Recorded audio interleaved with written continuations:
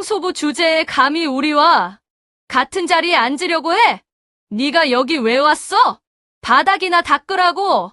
25년 만에 동창회에서 동창들이 청소부 일을 하는 옛 친구를 무시하며 쏟아낸 모욕이었습니다.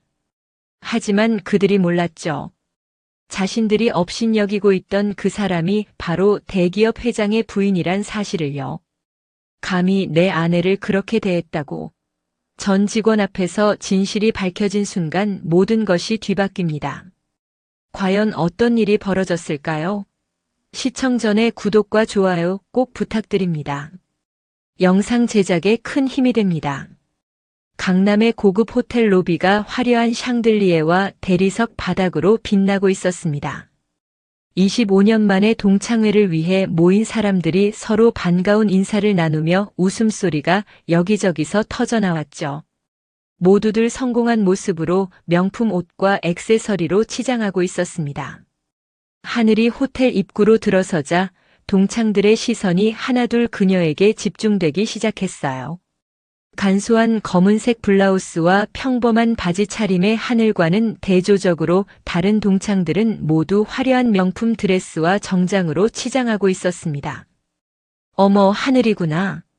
정말 오랜만이다. 25년이나 됐네. 유리가 하늘을 향해 다가오며 위아래로 훑어보는 시선이 예사롭지 않았어요. 그녀의 손목에는 수천만 원짜리 시계가 반짝이고 있었죠. 다른 동창들도 하나둘 모여들기 시작했습니다. 하늘아, 요즘 어디 살아? 뭐 하면서 지내? 민지가 호기심 가득한 눈빛으로 물어봤어요. 다른 동창들도 귀를 기울이며 하늘의 대답을 기다렸습니다. 하늘이 조심스럽게 입을 열었어요. 청소 일을 하고 있어. 여러 건물들 청소하면서 생활하고 있어. 순간 주변이 조용해졌습니다. 마치 시간이 멈춘 것처럼 동창들의 표정이 미묘하게 변하기 시작했어요. 놀람, 당황, 그리고 묘한 우월감이 그들의 얼굴에 스쳐 지나갔죠. 유리의 눈빛에 이상한 빛이 스쳤습니다. 어머, 하늘이가 청소부라고. 정말. 어떻게 그런 일을. 유리의 목소리에는 동정이 아닌 놀라움과 우월감이 묻어났어요. 다른 동창들도 하나둘 수군거리기 시작했습니다. 어떻게 그런 일을 하게 됐어? 무슨 사연이 있나? 정말 힘들겠다. 그런 일이 얼마나 고생스러운데. 동창들의 말에는 진심 어린 걱정보다는 호기심과 은근한 우월감이 더 크게 느껴졌어요. 하늘은 그들의 시선이 점점 차가워지는 것을 느꼈습니다. 수진이 명품 핸드백을 만지작거리며 말했어요. 그런데 하늘아, 청소부가 한 달에 얼마나 벌어? 생활하기 힘들지 않아? 다른 동창들의 관심이 더욱 집중되었습니다. 마치 동물원의 동물을 구경하는 듯한 시선들이었죠. 아마 100만 원도 안 될 거야. 요즘 청소일이 얼마나 받겠어? 영희가 동정하는 듯한 표정을 지으며 말했지만 그 눈빛에는 우월감이 가득했습니다. 유리가 스마트폰을 꺼내더니 은밀하게 하늘을 향해 카메라를 돌렸어요. 우리 단체톡에 올려야겠다. 25년 만에 만난 청소부 동창 이야기로 화제가 되겠네. 하늘이 그 모습을 보고 불쾌감을 드러냈지만 유리는 아랑곳하지 않았습니다. 그런데 하늘아, 여기 와서 바닥 좀 닦아줄래? 하, 농담이야, 농담. 유리의 말에 주변 동창들이 키득거렸어요. 하늘의 얼굴이 붉어졌지만 꾹 참고 있었습니다. 정말 어떻게 그런 일을 하게 됐는지 궁금하다. 우리는 다들 잘 살고 있는데 말이야. 또 다른 동창 혜진이 끼어들었습니다. 나는 남편이 의사거든. 병원도 2개나 운영하고 있어. 아이들도 다 외국 유학 보냈고. 자랑이 시작되자 다른 동창들도 가세했어요. 우리 남편은 변호사야. 로펌 파트너까지 올라갔어. 나는 부동산 사업하고 있어. 작년에만 몇십억 벌었어. 하늘은 조용히 그들의 자랑을 듣고 있었어요. 하지만 그들의 시선은 점점 더 차갑고 경멸적으로 변해가고 있었습니다. 그런데 하늘아, 결혼은 했어? 남편은 뭐 하는 사람이야? 하늘이 잠시 망설이다가 대답했습니다. 결혼했어. 남편은 회사에 다녀. 어떤 회사? 뭐 하는 회사인데? 유리가 더욱 파고들었어요. 다른 동창들도 관심을 보였습니다. 그냥 일반 회사야. 하늘이 구체적으로 말하지 않자 동창들은 더욱 확신에 찬 표정을 지었어요. 아, 그냥 월급쟁이구나.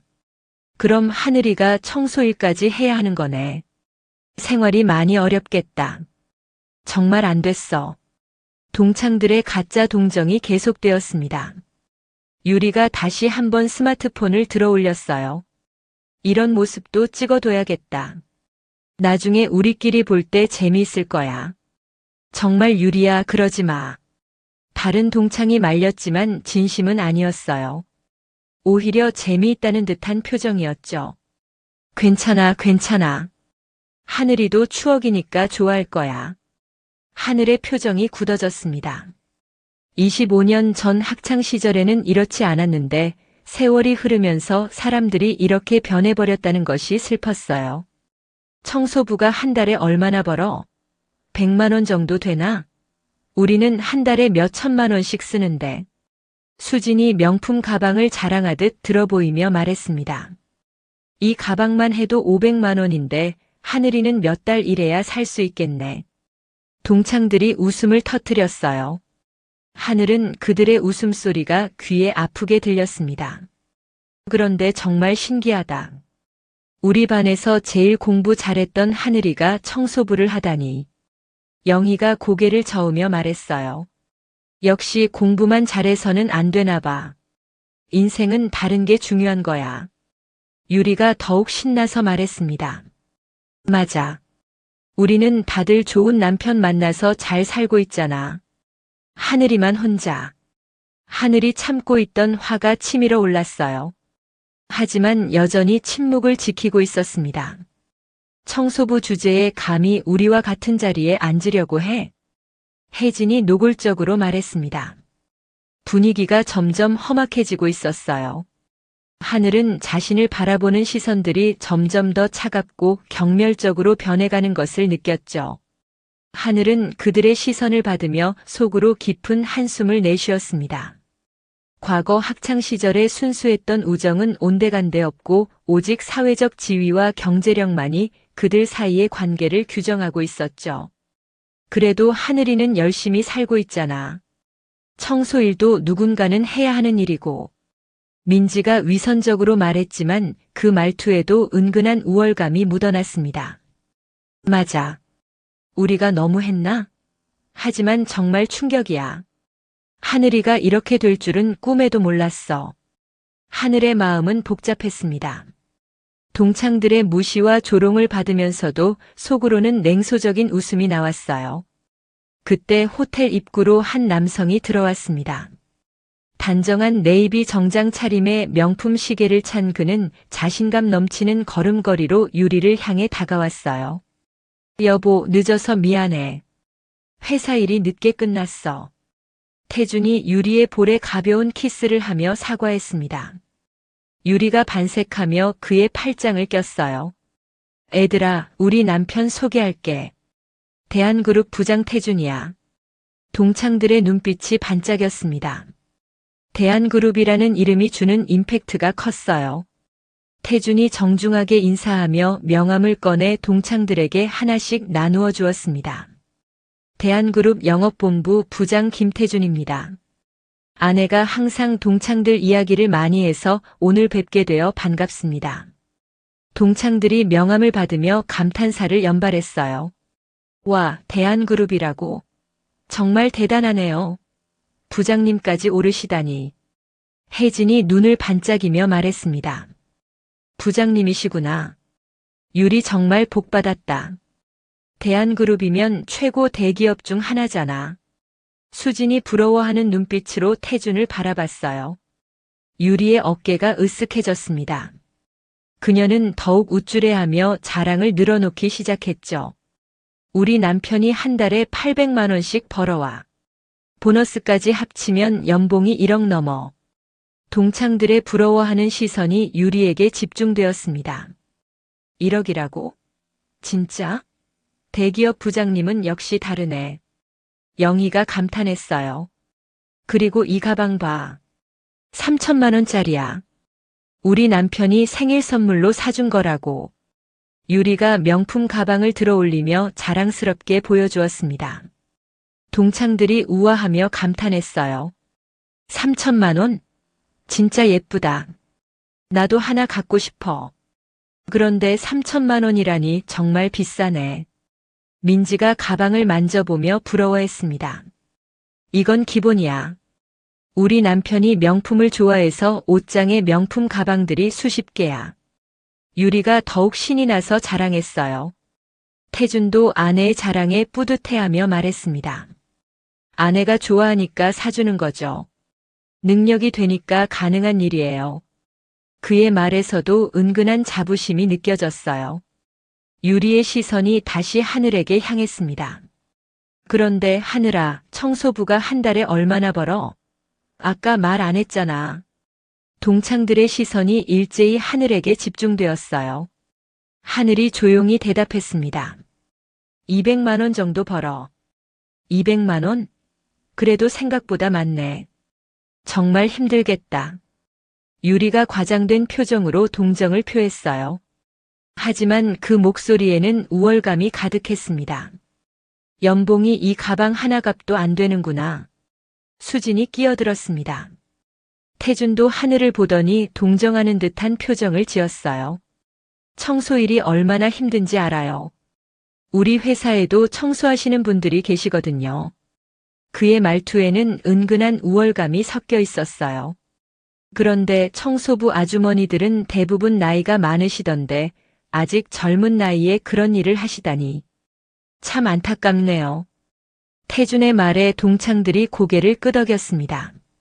맞아. 보통 50대, 60대 되신 분들이 하시는 일인데.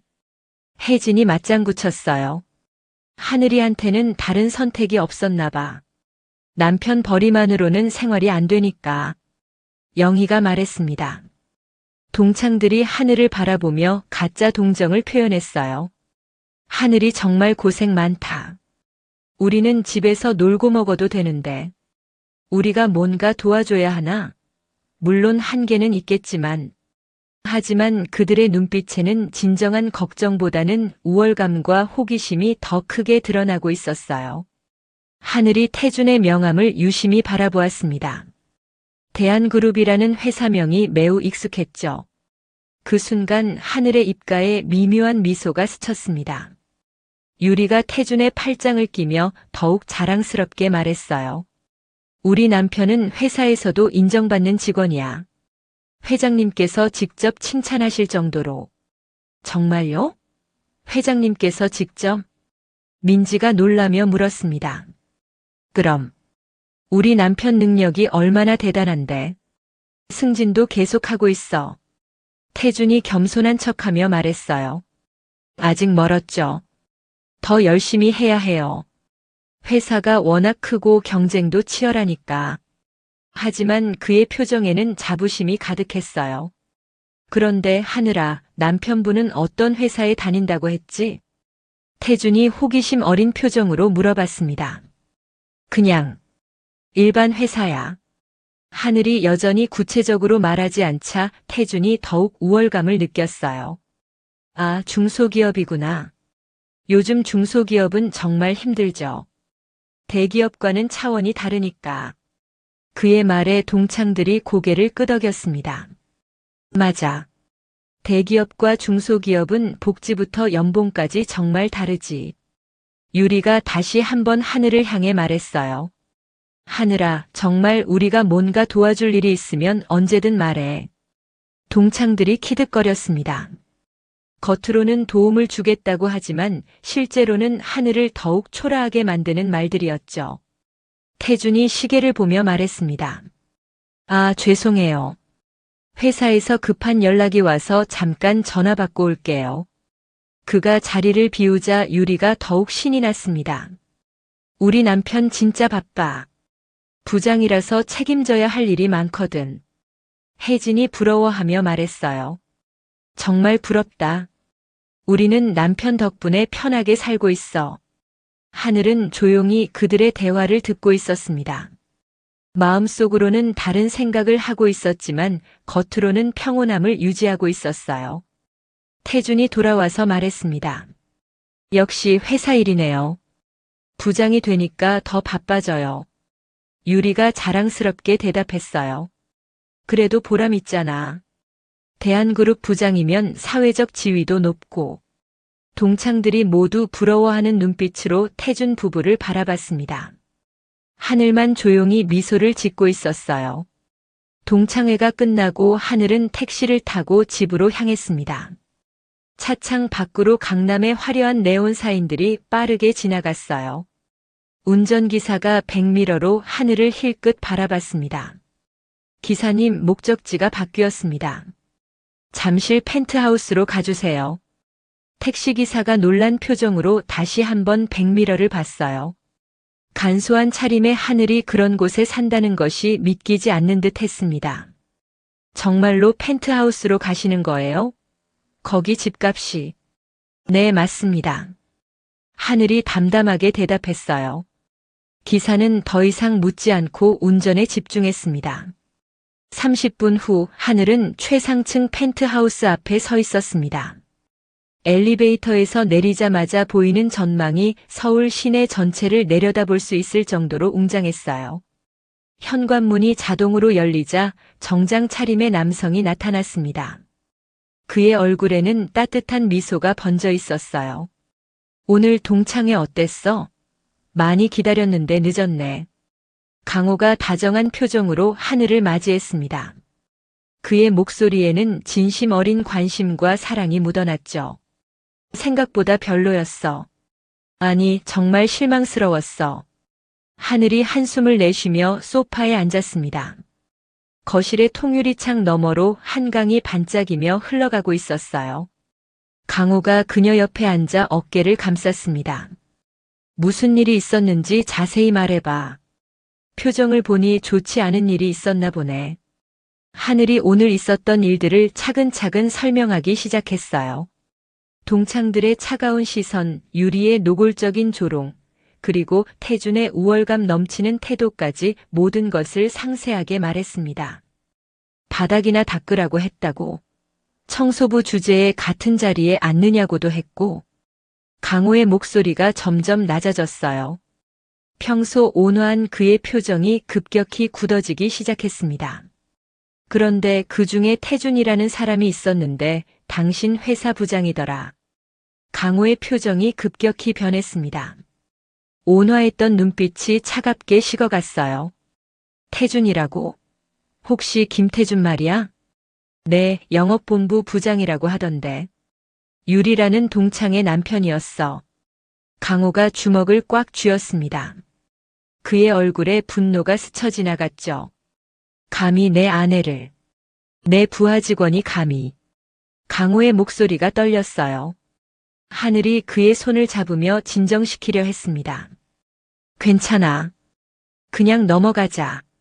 별일 아니야. 하지만 강호는 이미 결심을 굳힌 것 같았어요. 절대 그냥 넘어갈 수 없어. 내 부하 직원이 아내를 모욕했는데 어떻게 참을 수 있겠어? 강호가 휴대폰을 꺼내 번호를 눌렀습니다. 시계를 보니 밤 11시가 넘은 시간이었지만 그는 개의치 않았어요. 김 실장, 늦은 시간에 미안하지만 내일 아침 일찍 사무실로 와. 아주 중요한 일이 생겼어. 전화 너머로 김 실장의 놀란 목소리가 들렸습니다. 네, 회장님. 무슨 일이 있으셨나요? 내일 아침에 자세히 설명할게. 그리고 김태준 부장에 대한 모든 자료를 준비해둬. 네, 알겠습니다. 곧 모든 게 해결될 거야. 아무도 당신을 함부로 대할 수는 없어. 하늘의 눈에 복잡한 감정이 스쳤습니다. 남편의 분노가 이해되면서도 한편으로는 걱정이 되었어요. 그런데 여보, 너무 심하게 하지는 마. 그래도 직장 동료잖아. 하늘의 걱정 어린 목소리에 강호가 고개를 저었습니다. 여보, 이건 단순한 직장 문제가 아니야. 기본적인 인간 존중의 문제거든. 내가 회사를 운영하면서 가장 중요하게 생각하는 가치가 뭔지 알지? 바로 상호 존중이야. 직급이나 지위에 관계없이 모든 사람을 존중해야 한다는 것. 하늘이 고개를 끄덕였습니다. 그런데 내 부하 직원이 그런 가치를 위배했어. 게다가 내 아내한테. 강호의 목소리에 단호함이 배어 있었어요. 적당히 할게. 하지만 확실한 교훈은 줘야 해. 이런 일이 다시 일어나지 않도록. 밤이 깊어가고 있었지만 강호의 마음속에는 이미 구체적인 계획이 세워지고 있었습니다. 아내를 모욕한 부하 직원에게 어떤 방식으로 응징할지 머릿속으로 정리하고 있었죠. 강호가 서재로 가서 노트북을 켜고 김태준의 인사 파일을 확인하기 시작했어요. 입사 10년 차 영업본부 부장, 평가는 보통 수준. 여보, 혹시 태준이라는 사람이 어떤 성격인지 알아? 하늘이 조심스럽게 물어봤습니다. 글쎄, 평소에는 조용한 편이었어. 그런데 오늘 보니까 겉과 속이 다른 사람이더라. 강호가 한숨을 내쉬었어요. 사람을 외모나 겉모습으로 판단하는 건 위험하다는 걸 새삼 느꼈어. 하늘이 강호의 손을 꽉 잡았습니다. 고마워. 내 편이 되어줘서. 당연한 거야. 난 언제나 당신 편이니까. 두 사람은 서로를 바라보며 조용한 미소를 지었습니다. 내일부터 시작될 일들이 기대되면서도 한편으로는 긴장되었어요. 다음 날 아침 7시 대한그룹 본사는 평소보다 이른 시간임에도 불구하고 분주한 분위기였습니다. 강호가 일찍 출근했다는 소식이 직원들 사이에 퍼지면서 긴장감이 돌고 있었어요. 태준이 평소와 같은 시간인 8시 30분에 출근했습니다. 동료들과 함께 엘리베이터를 타고 사무실로 들어서며 어제 있었던 일을 자랑스럽게 이야기하고 있었어요. 어제 동창회에서 정말 재미있는 사람을 봤어. 우리 와이프 동창인데 그 나이에 청소부를 하더라고. 동료들이 관심을 보이며 물어봤습니다. 청소부요? 나이가 어떻게 되는 분인데요? 우리랑 비슷한 나이야. 정말 초라하더라. 태준이 커피를 마시며 우월감에 찬 목소리로 계속 이야기했습니다. 25년 만에 만났다고 하는데 청소부를 하고 있대. 정말 인생이 극과 극이지. 우리는 이렇게 대기업에서 성공했는데. 하부장이 궁금해하며 물어봤어요. 그래서 어떻게 했어요? 뭐 별로 할 말은 없었지. 우리 와이프가 좀 놀려주긴 했지만 사실 불쌍하기도 하고. 태준의 표정에 가짜 동정과 진짜 우월감이 섞여 있었습니다. 우리는 이렇게 대기업에서 부장까지 올라왔는데 그 사람은 청소나 하고 있으니까. 참 인생이 아이러니해. 최 대리가 끼어들었어요. 그런 분들도 있죠. 요즘 경제가 어려워서 어쩔 수 없이 그런 일을 하는 사람들이 많아요. 맞아. 하지만 우리는 다르잖아. 능력이 있으니까 인정받는 거고. 태준이 더욱 자만에 찬 목소리로 말했습니다. 그때 사무실 문이 열리며 강호가 들어왔습니다. 뒤따라 김 실장도 함께 왔어요. 직원들이 모두 깜짝 놀라며 일어나 인사를 했습니다. 회장님 안녕하십니다. 모든 직원들이 일제히 인사했어요. 태준도 당황하며 자리에서 일어났습니다. 강호가 태준을 유심히 바라봤습니다. 평소와는 다른 차가운 시선이었어요. 김 부장, 잠깐 대화 좀 할까? 태준이 긴장한 표정으로 대답했습니다. 네, 회장님. 어떤 말씀이신지요? 강호가 태준 앞으로 다가갔습니다. 다른 직원들도 숨을 죽이며 상황을 지켜봤어요. 평소에 어떤 생각을 가지고 일하는지 궁금해서 왔어. 태준이 조금 불편해하며 말했습니다. 항상 회사를 위해 최선을 다하고 있습니다. 혹시 제가 뭔가 잘못한 일이 있나요? 아니야. 그런 게 아니라 직원들의 가치관이나 인성에 대해 알아보려고. 강호의 시선이 태준에게 고정되어 있었어요. 김 부장, 회사 생활은 어때? 만족하고 있나? 네, 매우 만족스럽습니다. 회장님 덕분에 좋은 환경에서 일할 수 있어서 정말 감사합니다. 태준이 아부하는 듯한 톤으로 대답했어요. 그런데 회장님, 저희 회사 직원들은 정말 우수합니다. 사회적으로도 인정받는 위치에 있다고 생각해요. 강호의 눈빛이 더욱 차갑게 변했습니다. 사회적으로 인정받는 위치라. 구체적으로 어떤 면에서 그렇게 생각하나? 저희는 대기업에서 일하잖아요. 경제적으로도 안정되어 있고 사회적 지위도 높고 다른 사람들과는 확실히 차원이 다르다고 생각합니다. 태준이 자신만만하게 대답했습니다. 강호는 그의 말을 조용히 듣고 있었어요. 다른 사람들과 차원이 다르다. 예를 들어 어떤 사람들? 글쎄요. 청소부나 그런 단순 노무직에 종사하는 분들과는 확실히 다르죠. 어제도 그런 사람을 봤는데 정말 안타깝더라고요. 강호의 주먹이 책상 아래에서 꽉 쥐어졌습니다. 하지만 겉으로는 평온함을 유지했어요. 어제 그런 사람을 봤다고. 네, 제 아내 동창회에서 만났는데 청소부를 하고 있더라고요. 같은 나이인데 이렇게 인생이 다를 수가 있나 싶었어요.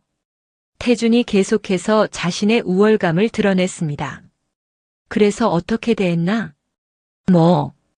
동정은 했죠.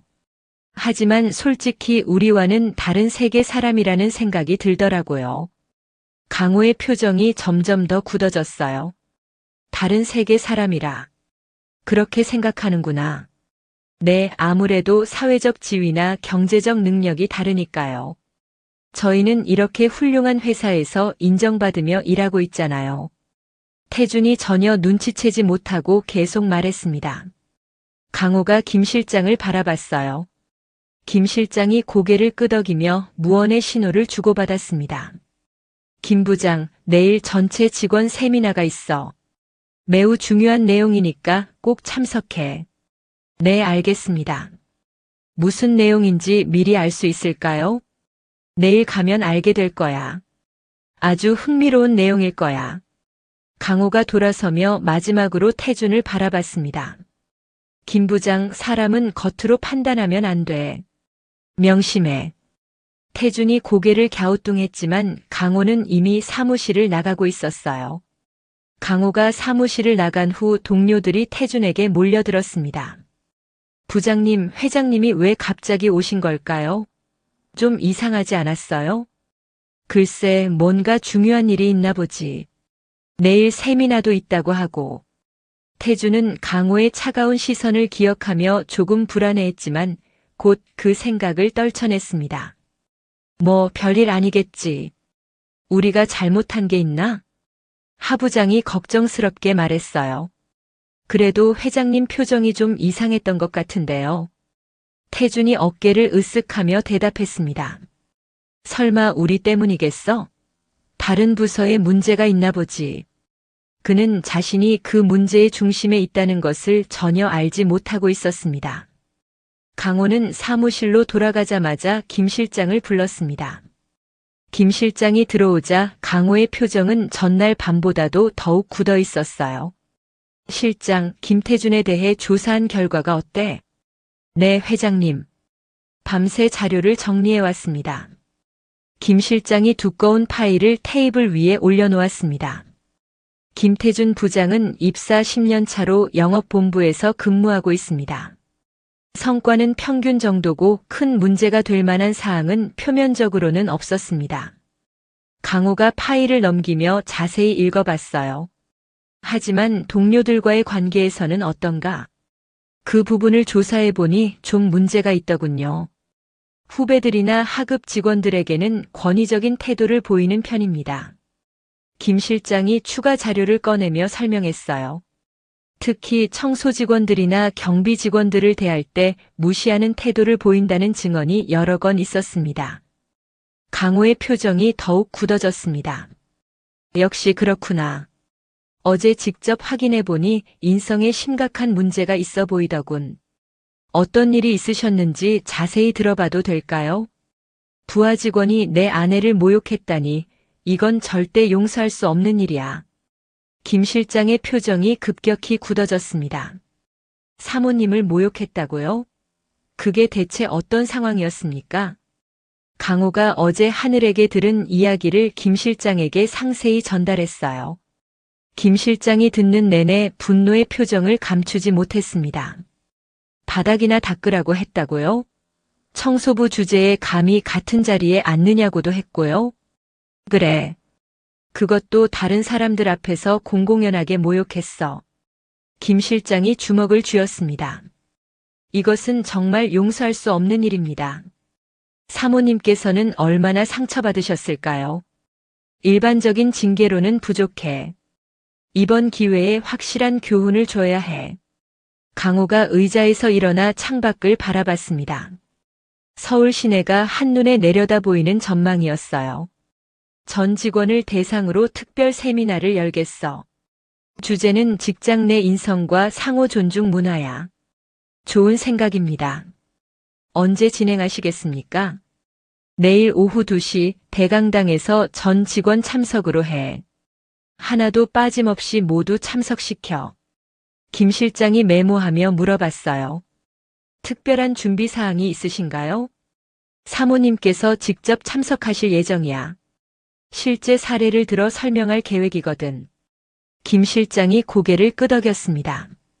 알겠습니다. 모든 준비를 완벽하게 하겠습니다. 그런데 김태준에게는 미리 알려야 하지 않을까요?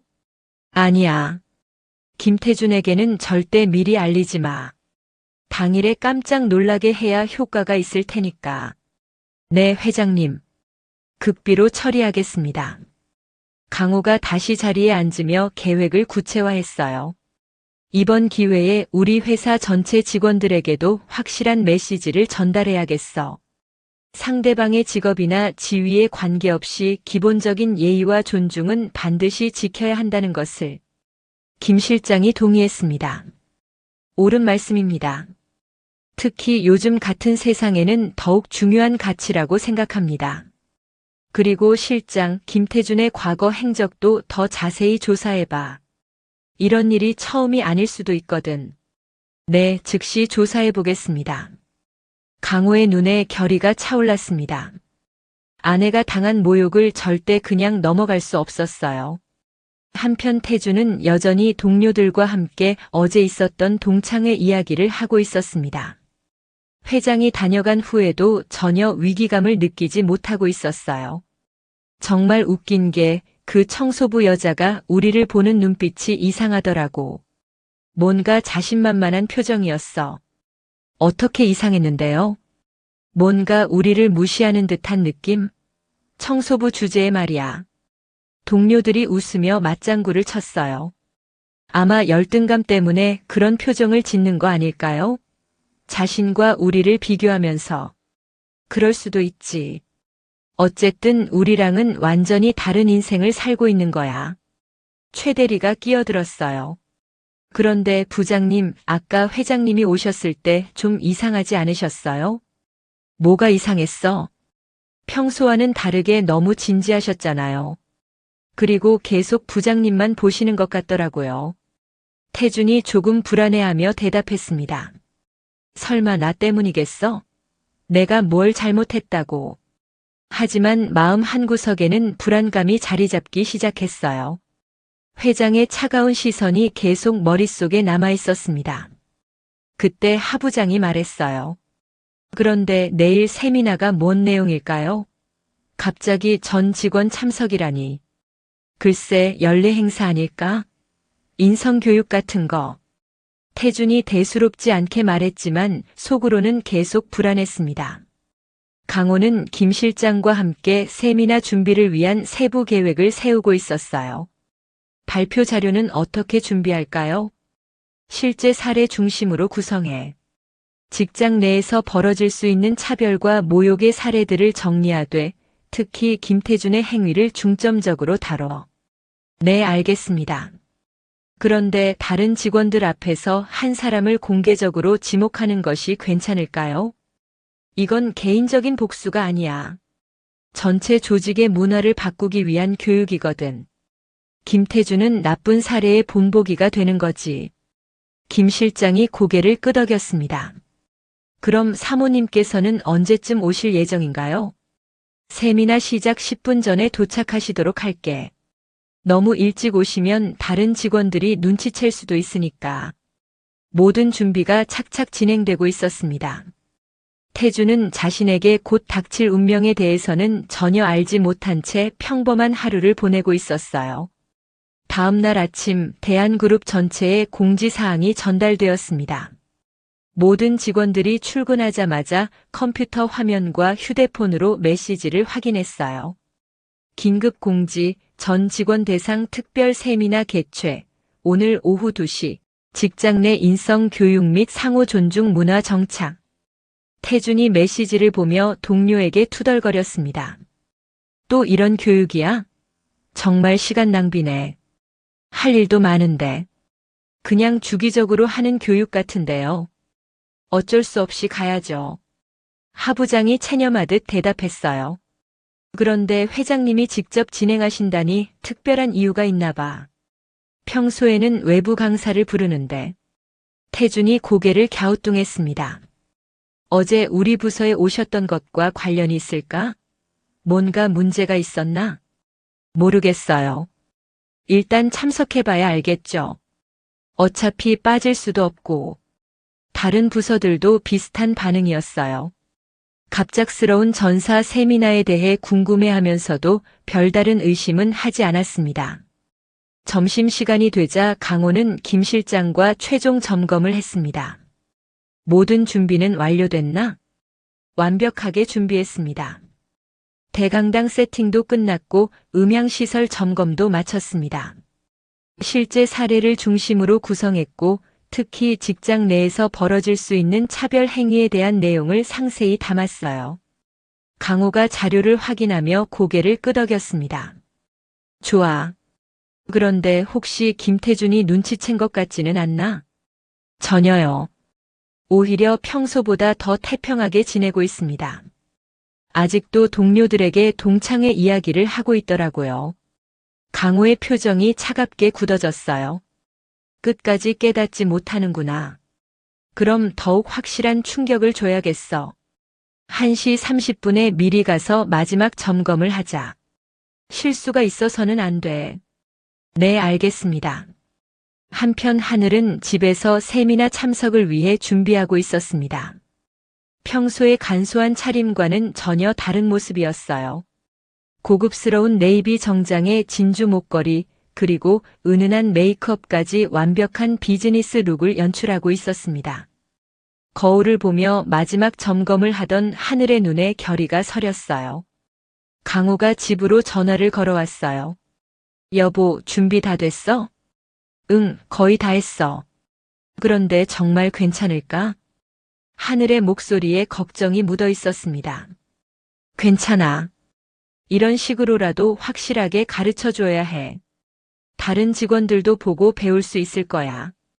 강호의 목소리는 확신에 차 있었어요. 알겠어. 그럼 1시 50분에 도착할게. 오후 2시 정각 대한그룹 본사 대강당에는 500여 명의 전 직원이 빼곡히 모여 있었습니다. 이런 규모의 집합은 회사 창립 기념일이나 중요한 발표가 있을 때나 볼 수 있는 광경이었어요. 강호가 연단에 서자 장내가 완전히 조용해졌습니다.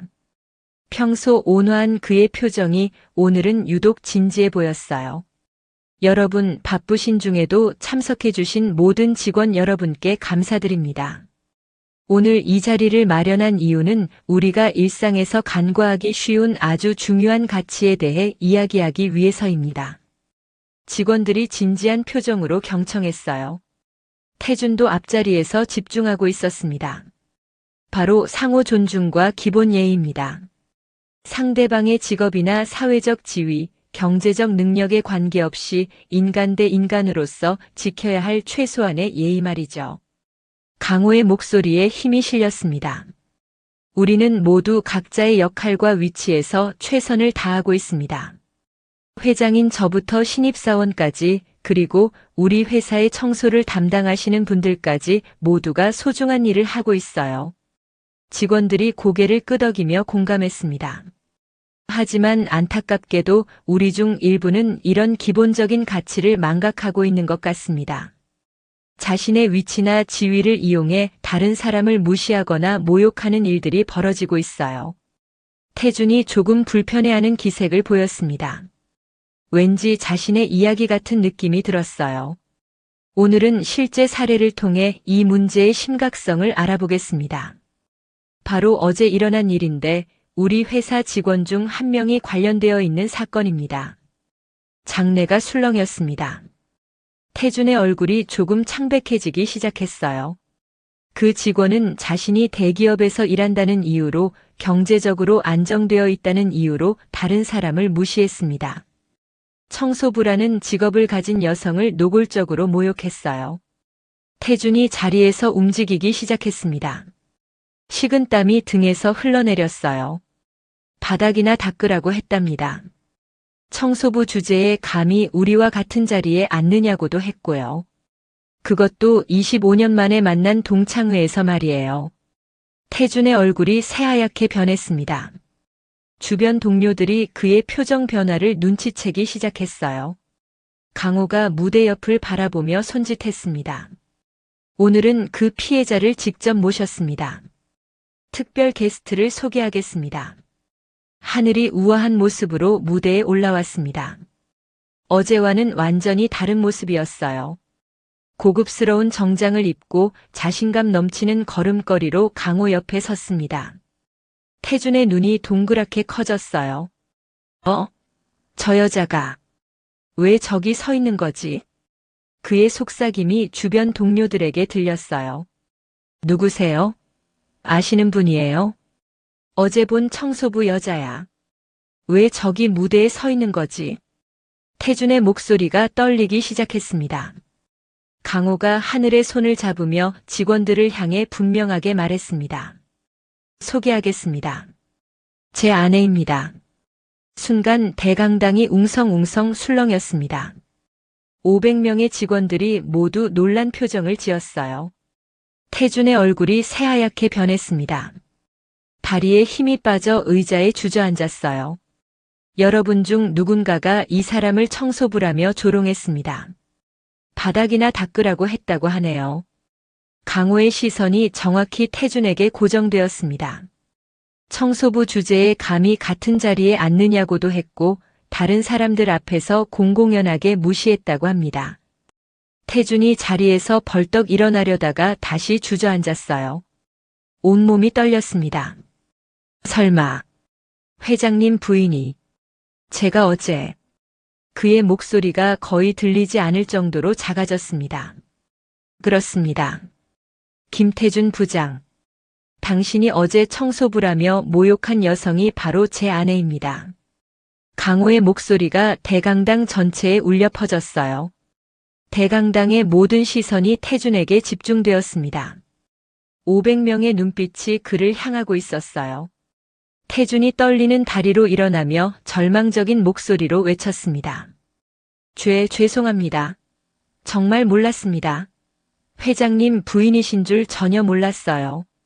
강호가 차가운 목소리로 계속했습니다. 몰랐다고요? 그럼 알았다면 존중했을 거라는 뜻인가요? 상대방이 회장 부인이라서 존중하는 건가요? 아니면 모든 사람을 존중하는 건가요?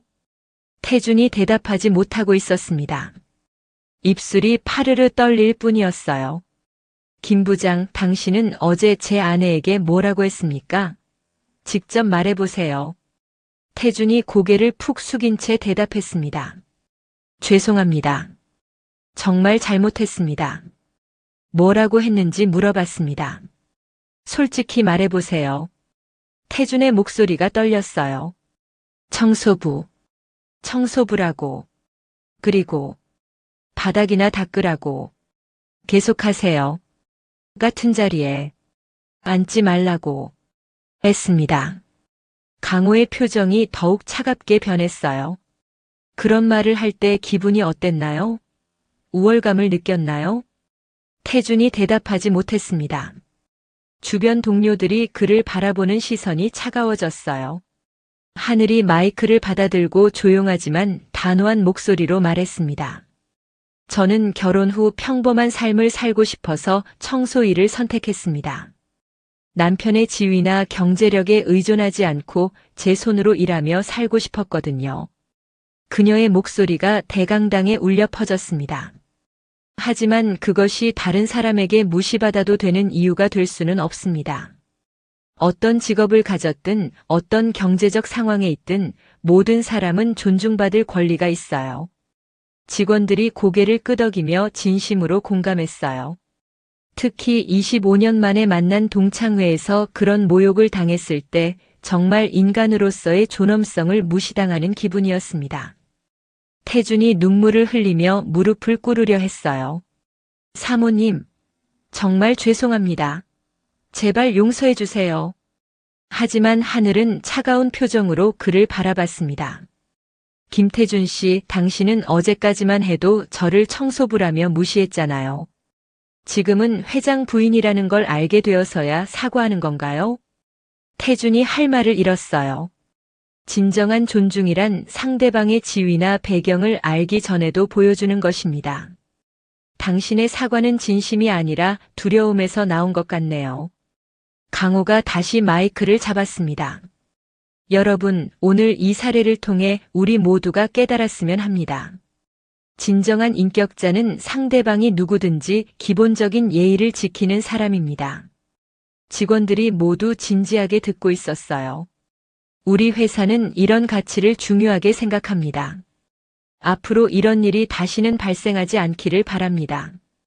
태주는 얼굴을 들 수 없을 정도로 부끄러워하고 있었습니다. 500명의 동료들 앞에서 자신의 추악한 모습이 모두 드러난 것이었어요. 세미나가 끝나자마자 태주는 인사팀으로 호출되었습니다. 다른 직원들의 시선을 받으며 걸어가는 길이 마치 죄인의 행진 같았어요. 인사팀장이 차가운 표정으로 그를 맞이했습니다. 김태준 부장, 앉으세요. 태준이 떨리는 다리로 의자에 앉았습니다. 인사팀장의 책상 위에는 이미 서류들이 준비되어 있었어요. 회장 가족에 대한 모독이라는 중대한 잘못을 저질렀습니다. 회사 규정에 따라 즉시 해고 조치합니다. 서류를 건네며 인사팀장이 단호하게 말했어요. 그리고 업계 블랙리스트에도 등록됩니다. 향후 타 기업으로의 이직도 매우 어려울 것으로 예상됩니다. 태준의 얼굴이 절망으로 얼룩졌습니다. 제발 한 번만 봐주세요. 정말 몰랐어요. 회장님 부인이신 줄 전혀 몰랐다고요. 인사팀장이 고개를 저었어요. 그게 문제입니다. 회장 부인이 아니었다면 괜찮았다는 말씀인가요? 모든 사람을 존중하는 것이 기본 아닌가요? 태준이 할 말을 잃었습니다. 회사 정책입니다. 번복할 수 없어요. 오늘 중으로 모든 업무를 정리하고 퇴사 절차를 밟으시기 바랍니다. 태준이 절망적인 표정으로 서류를 받아들었습니다. 10년간의 직장 생활이 한순간에 끝나버린 것이었어요. 제발, 다시 한 번만 기회를 주세요. 가족들이 있어요. 아이들 학비도 있고 대출금도 갚아야 하고. 태준의 목소리가 점점 작아졌습니다. 그런 것들을 생각하셨어야죠. 행동에는 책임이 따르는 법입니다. 인사팀장이 냉정하게 말했어요. 보안팀에서 개인 물품 정리를 도와드릴 겁니다. 30분 안에 모든 걸 가져가세요. 태준이 비틀거리며 자리에서 일어났습니다. 복도를 걸어가며 만나는 동료들의 시선이 모두 차갑거나 동정적이었어요. 부장님, 정말 그런 일이. 최 대리가 조심스럽게 말을 걸었지만 태준은 고개만 숙인 채 대답할 수 없었습니다. 개인 사무용품들을 박스에 담으며 태준의 손이 떨렸어요. 책상 위에 가족 사진, 아이들이 그려준 그림, 10년간의 추억들이 한순간에 정리되고 있었습니다. 그날 저녁 태준은 집에 돌아가 유리에게 모든 상황을 말해야 했어요. 여보, 나 회사에서 해고됐어. 유리가 설거지하던 손을 멈추고 돌아봤습니다. 뭐라고? 해고? 왜? 태준이 어제 동창회에서 있었던 일과 오늘 세미나에서 벌어진 충격적인 진실을 모두 털어놨어요. 하늘이가 대한그룹 회장 부인이었어. 유리의 얼굴이 새하얗게 변했습니다. 그럴 리가 없어. 하늘이가 청소부라고 했잖아. 나도 믿을 수 없었어. 하지만 회장님이 직접 소개했어. 500명의 직원들 앞에서. 유리가 주저앉았습니다. 자신이 했던 행동들이 주마등처럼 스쳐 지나갔어요. 내가 회장 부인을 그렇게 대했다고. 그날 밤 태준과 유리는 하늘이 살고 있는 펜트하우스 앞에 서 있었습니다. 두 사람 모두 초라한 모습이었어요.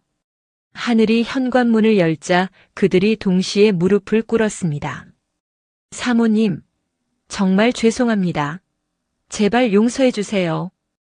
유리가 눈물을 흘리며 간절히 빌었어요. 저희가 정말 잘못했어요. 어떻게든 용서해 주시면 평생 은혜를 잊지 않겠습니다. 하늘이 차가운 표정으로 그들을 내려다봤습니다.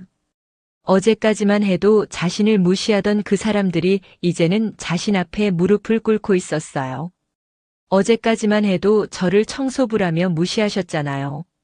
바닥이나 닦으라고 하시면서 웃으셨죠. 하늘의 목소리는 차갑지만 위엄이 있었습니다. 지금 와서 사과한다고 해서 그 상처가 사라질까요?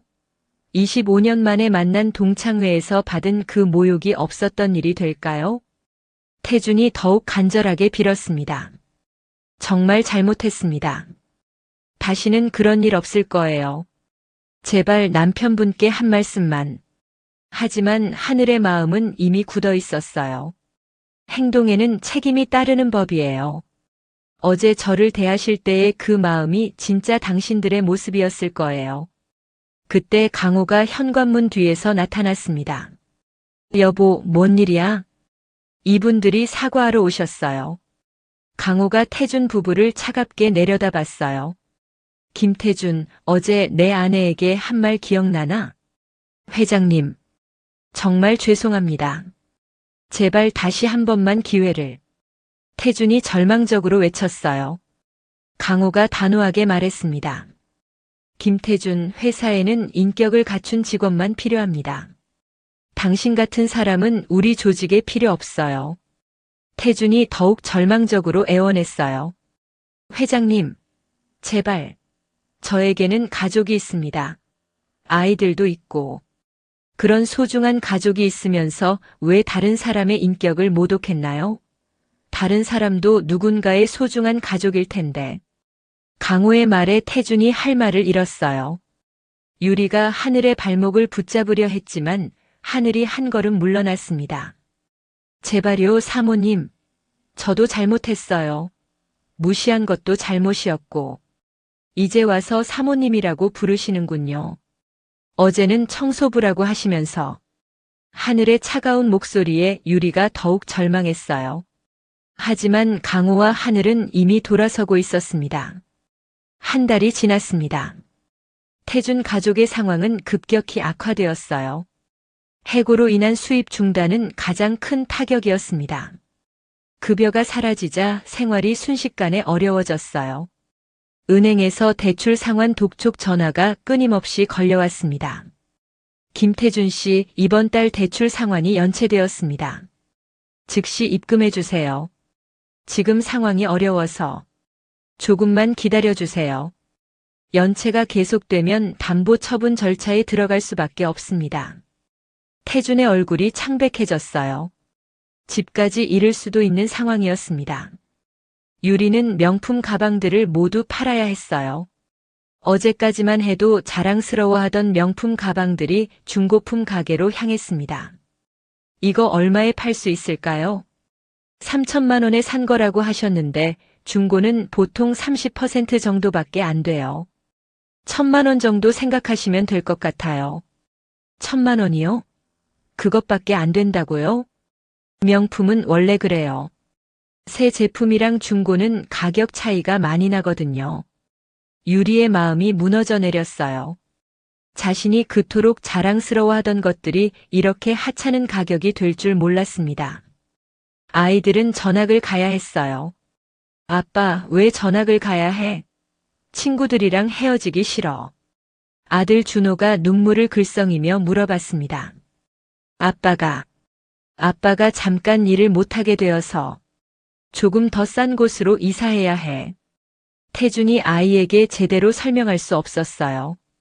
자신의 잘못 때문에 가족들이 고생하고 있다는 것이 너무 미안했습니다. 딸 수진이도 울었어요. 엄마, 나도 전학 안 가면 안 돼? 여기 학교가 좋은데. 미안해, 수진아. 엄마 아빠가 잘못해서 이렇게 된 거야. 유리도 눈물을 참지 못했습니다. 태주는 여러 회사에 이력서를 넣었지만 번번이 거절당했습니다. 업계 블랙리스트의 위력은 생각보다 컸어요. 죄송합니다만 채용이 어려울 것 같습니다. 혹시 이유를 알 수 있을까요? 글쎄요. 상부에서 결정된 사항이라. 대부분의 회사에서 비슷한 반응이었어요. 대한그룹에서 해고된 이유가 업계에 소문이 난 것 같았습니다. 어떤 회사에서는 직접적으로 말하기도 했어요. 인성 문제로 해고되신 분은 저희 회사 방침상 채용이 어렵습니다. 태준의 절망이 깊어졌어요. 10년간 쌓아온 경력이 한순간에 무너져버린 것이었습니다. 2달 후 태준 가족은 작은 빌라로 이사를 가야 했습니다. 짐을 정리하며 유리가 혼자 앉아 후회의 눈물을 흘렸습니다. 그때 왜 그랬을까? 왜 하늘이를 그렇게 무시했을까? 하지만 이미 돌이킬 수 없는 현실이었어요. 한번 내뱉은 말과 행동은 되돌릴 수 없었습니다. 태준이 옆에 앉으며 말했어요. 내 잘못이야. 내가 교만해서 이런 일이 생긴 거야. 우리 둘 다 잘못했어. 사람을 겉모습으로만 판단한 게 잘못이었어. 그들은 뒤늦게 깨달았지만 이미 모든 것이 늦어버렸어요. 한편 하늘은 여전히 평범한 일상을 이어가고 있었습니다. 펜트하우스에서 바라본 서울의 야경은 여전히 아름다웠어요. 강호가 하늘에게 물어봤어요.